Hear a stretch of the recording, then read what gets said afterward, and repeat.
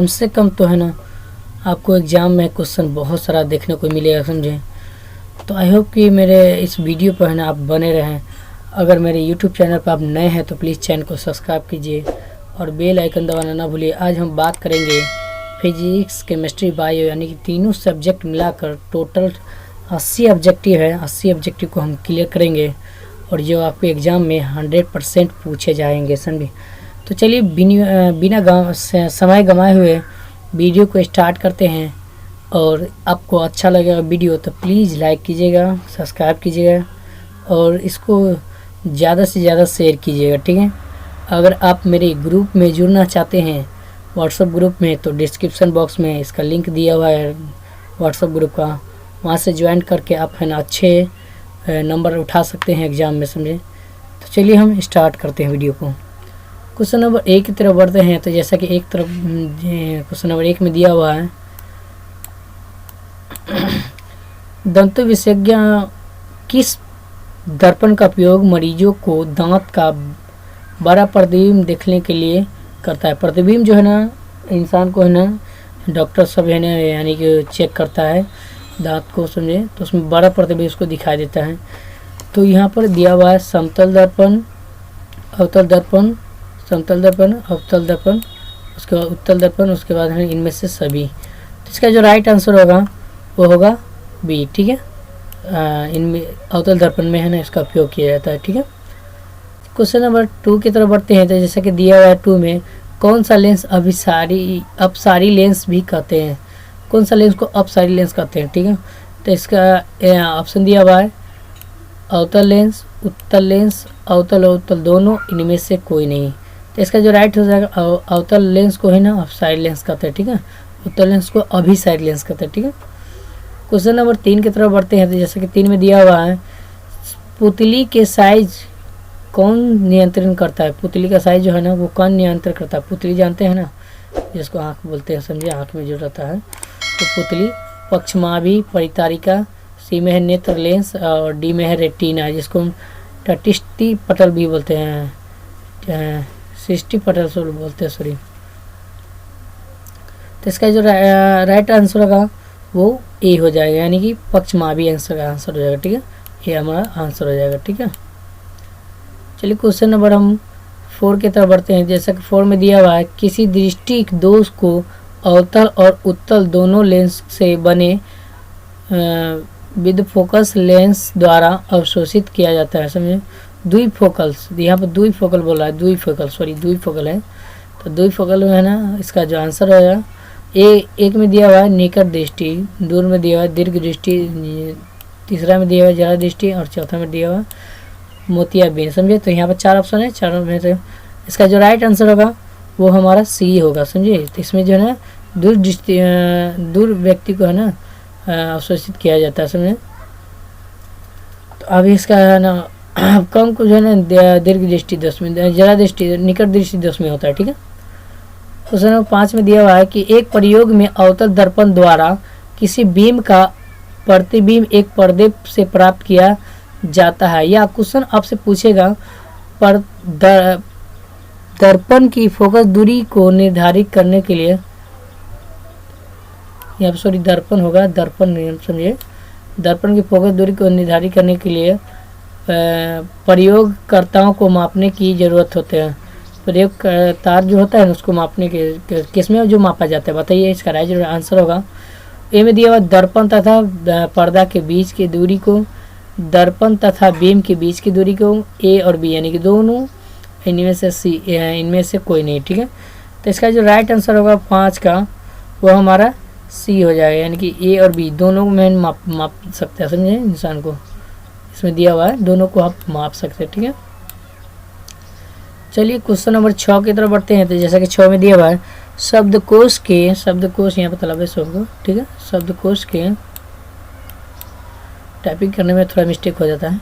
शब्दकोश के अक्षरों को पढ़ाने के लिए आप किस लेंस का उपयोग करना पसंद करें। अब इंसान जो है ना किसी को है ना दिखाई नहीं देता है, समझे, किसी को है ना दिखाई देता है, तो वो जो है ना अक्षर को किसी को है ना लेटर कोई लेटर वगैरह किताब वगैरह कुछ भी पढ़ सकता है। तो 50 सेंटीमीटर फोकस दूरी अवतल लेंस, उत्तल लेंस, 50 सेंटीमीटर फोकस दूरी अवतल लेंस, 5 सेंटीमीटर फोकस दूरी उत्तल लेंस और 50 सेंटीमीटर फोकस दूरी अवतल लेंस। ठीक है, तो इसका जो 6 का जो राइट आंसर होगा वो हमारा सी हो जाएगा। जो 5 सेंटीमीटर फोकस दूरी के अवतल लेंस में है ना, आप एकदम थोड़ा सा साफ दिखाई देता है, बढ़िया से दिखाई देता है। क्वेश्चन नंबर 7 की तरफ बढ़ते हैं। तो 7 में जैसे कि दिया हुआ निम्नलिखित में से कौन विद्युत विभवांतर कैसा मात्रक। ये तो क्वेश्चन VVI या VVI वेरी वेरी इंपॉर्टेंट ये क्वेश्चन समझिए, इससे तो हलवा बना दीजिए, याद रखिएगा इसको है ना, ये 100% एग्जाम में पूछता है। ठीक है, तो इसका जो राइट आंसर होगा वो हमारा ए होगा, यानी कि वोल्ट। विद्युत विभवांतर कैसा मात्रक क्या होता है, वोल्ट होता है। क्या होता है, वोल्ट होता है। ठीक है, क्वेश्चन नंबर 8 की तरफ बढ़ते हैं। तो जैसा कि मैं 8 में दिया है लघु पथ, यहाँ पर लघु लिखा हुआ, सॉरी लघु पथ शॉर्ट सर्किट जिसको बोलते हैं, के साथ के समय परिपथ को विद्युत धारा का मान होगा। क्या होगा समझिए, बहुत कम होगा, परिवर्तन हो जाता है, बहुत अधिक बढ़ जाता है, नियंत्रण। तो आप जानते हैं कि जब शॉर्ट सर्किट लगता है तो वहाँ पर बहुत अधिक हो जाएगा, समझिए उसका जो है ना मान जो होगा वो बहुत अधिक, धारा जो है ना वो बहुत अधिक हो जाता है। तो इसका जो राइट आंसर होगा 8 का वो हमारा सी होगा। ठीक है, सी ऑप्शन होगा। क्वेश्चन नंबर 9 की तरफ बढ़ते हैं। जैसे पश्चिम की ओर प्रक्षेपित कोई धनावेशित कण, इसको अल्फा कण बोलते हैं। ठीक है, धनावेशित को ही अल्फा कण बोलते हैं। किसी चुंबकीय क्षेत्र द्वारा उत्तर की ओर विपेक्षित होता है, चुंबकीय क्षेत्र की दिशा क्या है, यानी कि चुंबकीय जो क्षेत्र है उसकी दिशा क्या कैसा होगा समझिए, पश्चिम की ओर होगा, पूर्वी की ओर होगा, पश्चिमी सॉरी यहाँ पश्चिमी की ओर होगा, पूर्व की ओर होगा, अधोमुखी होगा और उपमुखी होगा। अधोमुखी होगा ऊपर की ओर, नीचे की ओर। ठीक है, तो इसका जो राइट आंसर होगा 9 का वो हमारा डी होगा, यानी कि ऊपर की ओर होता है। ठीक है, चलिए हम क्वेश्चन नंबर 10 की तरफ बढ़ते हैं। जैसे कि 10 में दिया हुआ है तांबे के तार की एक आयताकार कुंडली किसी चुंबकीय क्षेत्र में ध्रुवन गति कर रही है। इस कुंडली में प्रेरित विद्युत धारा की दिशा में कितने परिभ्रमण की पश्चात परिवर्तन होता है समझिए। तो जब तांबे को तार को जब कुंडली के चुंबकीय क्षेत्र में घूर्णन करता है ना समझिए, घूर्णन करता है, नाचता रहता है समझिए, तो इसमें है ना पश्चात परिवर्तन होता है समझिए। तो कितने बार यानी परिवर्तन होता है समझिए। तो 10 का जो राइट आंसर होगा हमारा सी होगा समझिए, यानी कि आधा बार होता है समझिए, ज़्यादा नहीं होता लेकिन आधा बार होता है। क्वेश्चन नंबर 11 की तरफ बढ़ते हैं। जो दिया हुआ है किसी विद्युत धारावाही सीधी लंब प्रणालिका के भीतर चुंबकीय क्षेत्र हो, क्या होगा, शून्य होगा। इसके सिरे की ओर जाने पर घटता है, इसके सिरे की ओर जाने पर बढ़ता है। सभी बिंदु पर समान आता है समझिए, समान होता है समझिए। तो इसका जो राइट आंसर होगा वो आप बताइए फटाफट, तो ना कमेंट भी कीजिएगा। तो इसका जो राइट आंसर होगा वो हमारा बी होगा। ठीक है, इसके सिरे की ओर जाने पर घटता है समझिए। इसको जो है ना विभवांतर धारावाही सीधा लंबवत प्रणालिका पर पड़ता है ना, तो भीतर चुंबक की शून्य होता है और होता है वो घटता है। ठीक है, क्वेश्चन नंबर 12 में दिया हुआ जैसा कि सौर कुकर के लिए कौन सा दर्पण सर्वाधिक उपयुक्त है। सौर कुकर जानते हैं ना, उसके लिए कौन सा दर्पण सर्वाधिक उपयोग है समझिए। ए में दिया हुआ है अवतल दर्पण, बी दिया है उत्तल दर्पण, सी में दिया है उभयोत्तल दर्पण होगा, उभयोत्तल दर्पण होगा सभी, और डी में दिया है इनमें से कोई नहीं। ठीक है, इनमें से सभी। तो इसका जो राइट आंसर होगा 12 का वो हमारा सी हो जाएगा, यानी कि उभयोत्तल लेंस होता है। ठीक है, उभयोत्तल दर्पण दर्पण होगा, दर्पण। ठीक है, क्वेश्चन नंबर 13 की तरफ जाते हैं। तो जैसा कि दिया हुआ है चिपका आंदोलन का प्रमुख उद्देश्य संरक्षित करना था समझिए। किस पर है ना, मिट्टी पर, वृक्षों पर, जल को और बिजली को समझिए। तो आप जानते हैं कि चिपका जो आंदोलन हुआ था समझिए वो है ना सिर्फ है ना आपको वृक्षों पर है ना, यानी कि वृक्ष से चिपक कर है ना रहता था इंसान समझिए। तो इसका जो राइट आंसर जो होगा वो बी होगा। ठीक है, क्वेश्चन नंबर 14 की तरफ बढ़ते हैं। तो जैसे कि 14 में दिया हुआ है निम्नलिखित में किस विलयन का उपयोग दीवारों की सफ़ेद करने के लिए किया जाता है। तो आप जानते हैं ना कि जब है ना दीवार को सफ़ेद किया जाता है समझे, तो उसमें है ना किसका उपयोग होता है, तो अभी बताइए फटाफट जल्दी से जल्दी बताइए इसका आंसर। तो यहाँ ने दीवार को सफ़ेद करने के लिए बूझा हुआ चूना समझे, यानी कि कैल्शियम हाइड्रोक्साइड, कैल्शियम हाइड्रोक्साइड का प्रयोग दीवारों को सफ़ेद करने के लिए किया जाता है। ठीक है, तो इसका जो राइट आंसर होगा वो हमारा बी होगा समझे, CaOH2। ठीक है, तो ये हमारा कैल्शियम हाइड्रोक्साइड है। ठीक है, Ca कैल्शियम और OH हाइड्रोक्साइड 2 लगा हुआ। क्वेश्चन नंबर 15 की तरफ बढ़ते हैं। तो जैसा 15 में दिया हुआ है Na2SO4 प्लस BaCl2 ऐड होता है BaSO4 प्लस 2NaCl उपयुक्त रासायनिक अभिक्रिया समझे। तो अब जब है ना यहाँ पे देखते हैं Na जो है ना NH जो है ना इसके साथ है ना Cl के साथ अभिक्रिया करता है। ठीक है, Na जो है Cl के साथ अभिक्रिया करता है। सॉरी यहाँ पे A होगा सॉरी यहाँ पे A होगा। ठीक है, A होगा। ठीक है, यहाँ पर A होगा। NaCl के साथ अभिक्रिया करता है समझिए, और जो है ना Ba जो है ना SO4 जो है ना Ba के साथ अभिक्रिया करते हैं SO4 जो है। तो यहाँ पर 2 मरते जो अभिक्रिया हो रहा है समझिए, तो जो है 2 मरते जो है ना विस्थापन हो रहा है समझिए, तो इसको क्या कहा जाता है समझिए, संयोजी अभिक्रिया, वियोजी अभिक्रिया, द्विवियोजी अभिक्रिया, द्विविस्थापन अभिक्रिया, इनमें से कोई नहीं। तो 2 मरते हो रहा है तो समझिए, तो इसका जो राइट आंसर होगा वो 15 का वो हमारा सी होगा सर। द्विविस्थापन 2 मरते अभिक्रिया होता है, द्विविस्थापन होगा। ठीक है, क्वेश्चन नंबर 16 के तरफ बढ़ते हैं। जैसा कि 16 में दिया हुआ है निम्नलिखित में कौन सा बुझा हुआ चूना है समझिए। तो बुझा हुआ जो चूना है ना जिसको हम क्या बोलते हैं, बुझा हुआ चूना समझिए। बुझा हुआ जब उसमें पानी डाल देते हैं तो वो बुझा हुआ चूना बन जाएगा। ठीक है, तो बुझा हुआ चूना जो है ना आप है ना घर पर पेंट कीजिएगा समझिए, तो उसमें लगाया जाता है।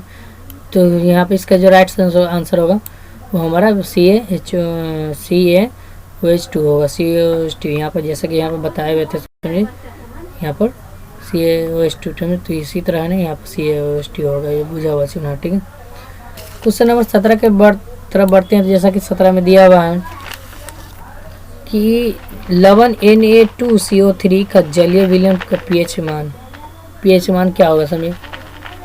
ए में दिया हुआ है 7, बी में दिया हुआ है 7 से अधिक, सी में दिया हुआ है 7 से कम, और डी में दिया हुआ है इनमें से कोई नहीं।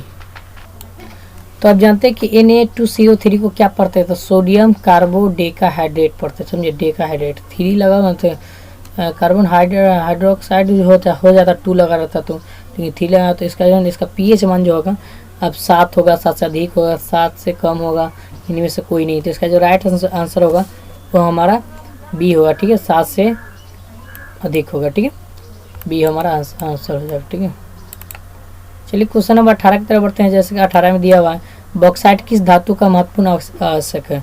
तो बॉक्साइट जो है किस धातु का महत्वपूर्ण आवश्यक, बॉक्साइट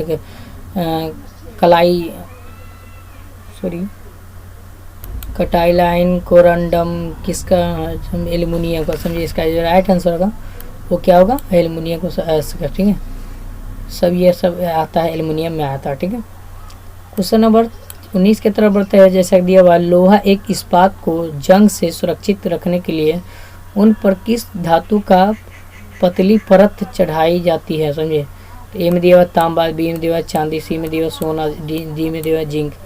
तो जो है ना धातु को ना क्या किया जाता है, इस्पात को जब जंग लगता है तो जंग लगने के लिए क्या करना पड़ता है, इसको रंगना पड़ता है। क्या करना पड़ता है, रंगना पड़ता है। तो रंग के किस में, तो जिंकिंग यानी कि जिंक किया जाता है, यानी कि रंगा जाता है। ठीक है, तो इसका जो राइट आंसर होगा हमारा डी होगा आंसर। ठीक है, क्वेश्चन नंबर 19 की तरफ बढ़ते हैं, सॉरी 20 की तरफ बढ़ते हैं। तो 20 में दिया हुआ है किस रासायनिक यौगिक को गर्म करने पर plaster of Paris, oh my God, plaster of Paris जो है ना क्वेश्चन ये बहुत इंपॉर्टेंट क्वेश्चन समझिए। तो प्लास्टर ऑफ पेरिस पे है ना गर्म किया जाता है, तो है ना कि किस रासायनिक यौगिक को प्लास्टर ऑफ पेरिस के साथ किया जाता है। तो इसका जो आंसर होगा क्या होगा, तो जिप्सम होगा। क्या होगा, जिप्सम होगा। ठीक है, जिप्सम में है ना इस यौगिक का गर्म करने पर है ना प्लास्टर ऑफ पेरिस किया जाता है। ठीक है, अब किया जाता है। क्वेश्चन नंबर 21 की तरफ दिया प्रोपेन में उपस्थित कार्यात्मक समूह है। प्रोपेन जो होता है उसका जो है कौन समूह है समझिए। तो प्रोपेन जो है एक्चुअली कीटोन से बना हुआ है। किससे बना हुआ, कीटोन से बना हुआ, किससे बना हुआ? कीटोन से।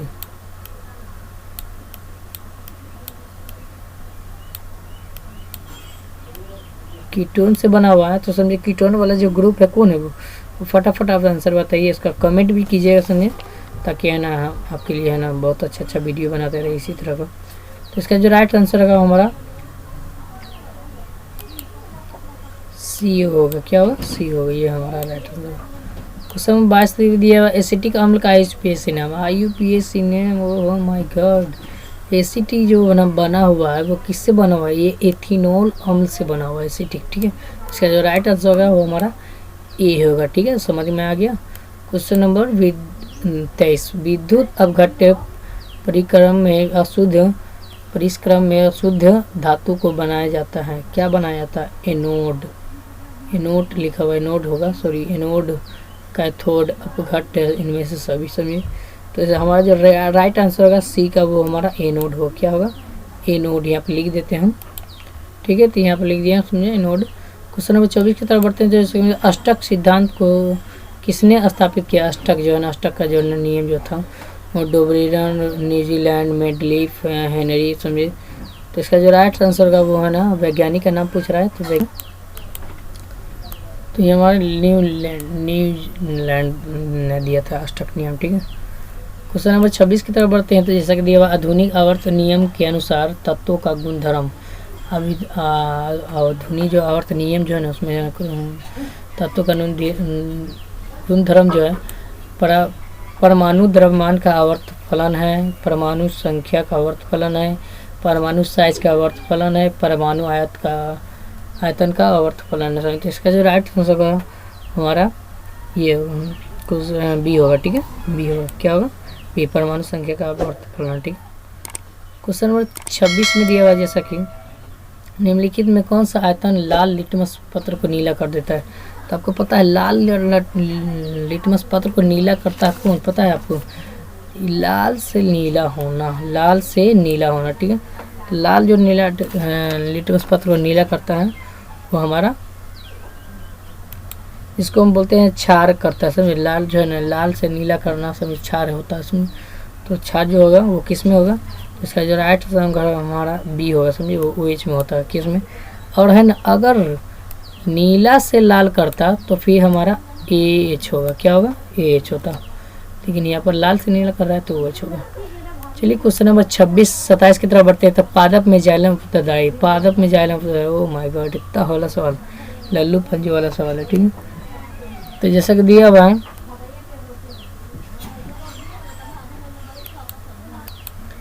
जल का वहन, भोजन का वहन, भोजन का पचना, अमीनो अम्ल का वहन और ऑक्सीजन का वहन, समझिए। तो अब बताइए इसका आंसर क्या होगा? 27 का जो आंसर होगा हमारा भोजन का पचना होता है, ठीक है। 28 में दिया हुआ निम्नलिखित में किस कोशिका का ऊर्जा मुर्दा के रूप में जाना जाता है? मुर्दा के रूप में जाना जाता है, समझिए। तो इस ए में दिया हुआ है, जैसा कि ए में दिया हुआ है ADP और बी में दिया हुआ है ATP और सी में दिया हुआ है DTP और डी में दिया हुआ है PDP। तो इसका जो राइट आंसर होगा वो हमारा ATP होगा। क्या होगा? ATP होगा, बी हमारा आंसर हो जाएगा, ठीक है। क्वेश्चन नंबर 29 की तरफ बढ़ते हैं। तो जैसा कि अब 29 में दिया हुआ है पत्तियों में गैसों का आदान प्रदान कहाँ होता है, समझिए। तो पत्तियों में जो है गैसों का आदान प्रदान कहाँ होता है? सिंपल तरीके से समझिए, ईजी है। अब इस लल्लू पंजू वाला सवाल को है ना देख लीजिए, यहाँ पर फटाफट बनाइएगा, समझिए कि यहाँ पर आंसर क्या दिया हुआ है, आप इसे देख भी सकते हैं, ठीक है। तो जैसे कि ऑप्शन दिया हुआ है शीरा, रंध्र, मध्य शिरा और इनमें से कोई नहीं, ठीक है। तो इसका जो राइट आंसर होगा 29 का वो हमारा बी होगा, ठीक है। रंध्र में है ना इसका आदान प्रदान किया जाता है पत्तियों का, ठीक है। क्वेश्चन नंबर 30 की तरफ बढ़ते हैं। जैसा कि दिया हुआ है हृदय से रक्त रुधिर, जिसको बोलते हैं, रक्त को ही रुधिर बोलते हैं, ठीक है, को संपूर्ण शरीर से में पंप किया जाता है। बताइए, फटाफट बताइए, जल्दी से बताइए इसका कमेंट। फेफड़ों द्वारा, नलिका द्वारा, आलिंद द्वारा, इनमें से सभी से। तो इसका जो राइट आंसर होगा हमारा वो होगा, फटाफट आप जरा सा कमेंट तो कर दीजिए। तो इसका जो राइट आंसर होगा वो हमारा नलिका द्वारा इंसान को है ना पंप किया जाता है खून, ब्लड। जब तक इंसान ब्लड पंप नहीं करेगा तो इंसान का है ना शरीर सही नहीं रहेगा, वो जीवित नहीं रह पाएगा।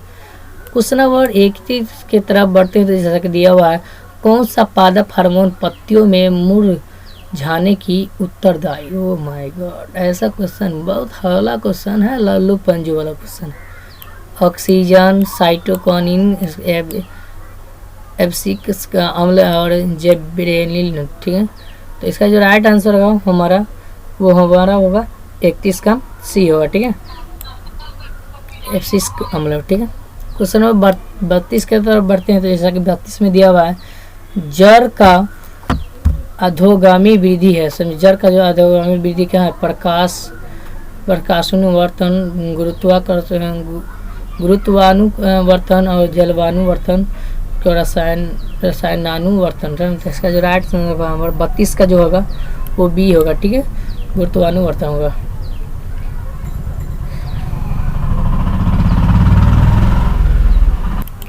चलिए क्वेश्चन नंबर 33 की तरफ बढ़ते हैं तो 33 में दिया है, पॉन्स मेडुला और अनुमस्तिष्क।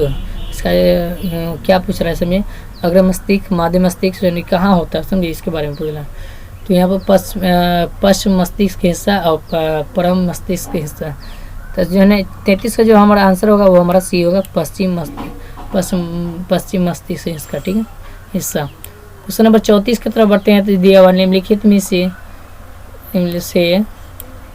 अनुच्छेदिक क्रिया नहीं होता। समझिए, तो वन बचाना, लार आना, हृदय का धड़कना। समझिए, तो 34 का जो हमारा आंसर होगा वो हमारा चबाना होता है। सॉरी, चबाना, बचाना नहीं, चबाना होता है। सुनिए, क्वेश्चन नंबर 35 की तरफ बढ़ते हैं तो जैसा कि दिया हुआ है, अलैंगिक जनन मुकुलन द्वारा होता है। अलैंगिक जनन में क्या होता है, मुकुलन द्वारा। वीवो में, ईस्ट में, प्लेज्मोडियम से लेस्माइयोम में, सब लेस्मास्लाइयोम। तो इसका जो है ना हमारा आंसर होगा 35 का वो हमारा बी होगा। समझे, ईस्ट में होता है मुकुलन द्वारा, है ना। अलैंगिक जनन द्वारा जो होता है मुकुलन में तो वो ईस्ट में होता है। ठीक है, क्वेश्चन नंबर 36 की तरफ बढ़ते हैं तो 36 में दिया हुआ है, शुक्राणु का निर्माण होता है वृषण में, गर्भाशय में, अंडाशय में और इनमें से सभी। तो शुक्राणु का जो है निर्माण होता है वो किस में होता है, फटाफट आप जवाब दीजिए फटाफट।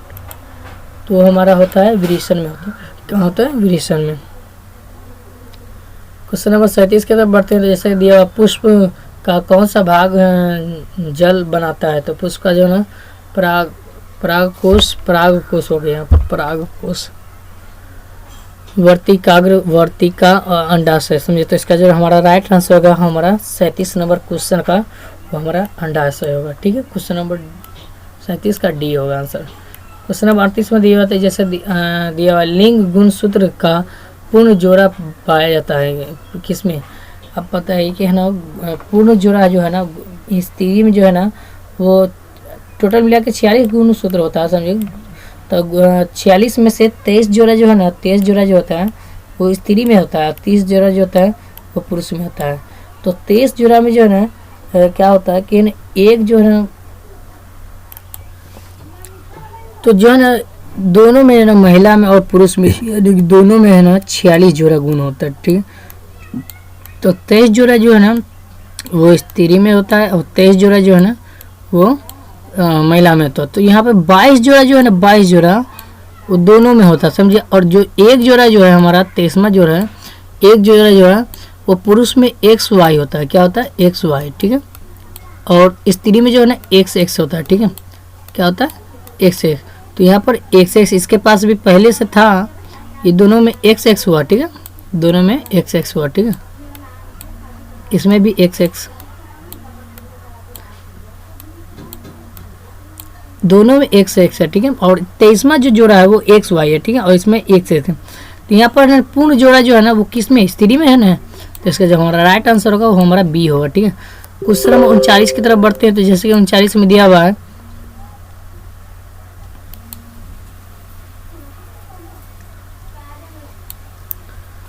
मानव शरीर के किसी सामान्य कोशिका गुणसूत्र के कितने युग होते हैं। समझिए, तो समय ना 46 जो है ना यू गुण होता है तो 46 जोड़ा है तो 23 जोड़ा यू होगा, ठीक है। 46 गुण सूत्र होता है तो 23 जोड़ा, तो इसका हमारा आंसर होगा सी होगा, ठीक है। क्वेश्चन नंबर सी 40 में दिया हुआ है निम्नलिखित में से कौन से समूह में केवल जैव निम्नकरण पदार्थ है, समझे। तो इसका जो हमारा 40 का जो हमारा आंसर होगा राइट वो हमारा होगा डी, ठीक है। केवल केक लकड़ी समय होता है, ठीक है। तो आई होप यह वीडियो आपको अच्छा लगा समझिए, और जल्द से जल्द है ना आपको है ना ये पार्ट 2 कल डलाया जाएगा इस वीडियो का, तो आप इसे भी देख लीजिए। और मेरे यूट्यूब चैनल पर नए हैं तो प्लीज़ चैनल को सब्सक्राइब कर लीजिए और बेल आइकन का दबाना ना भूलिए। सब आपके लिए ही किया जा रहा है, कोई और नहीं है, समझिए। आप अच्छे से निश्चिंत से तैयारी करिए। चलिए मिलते हैं।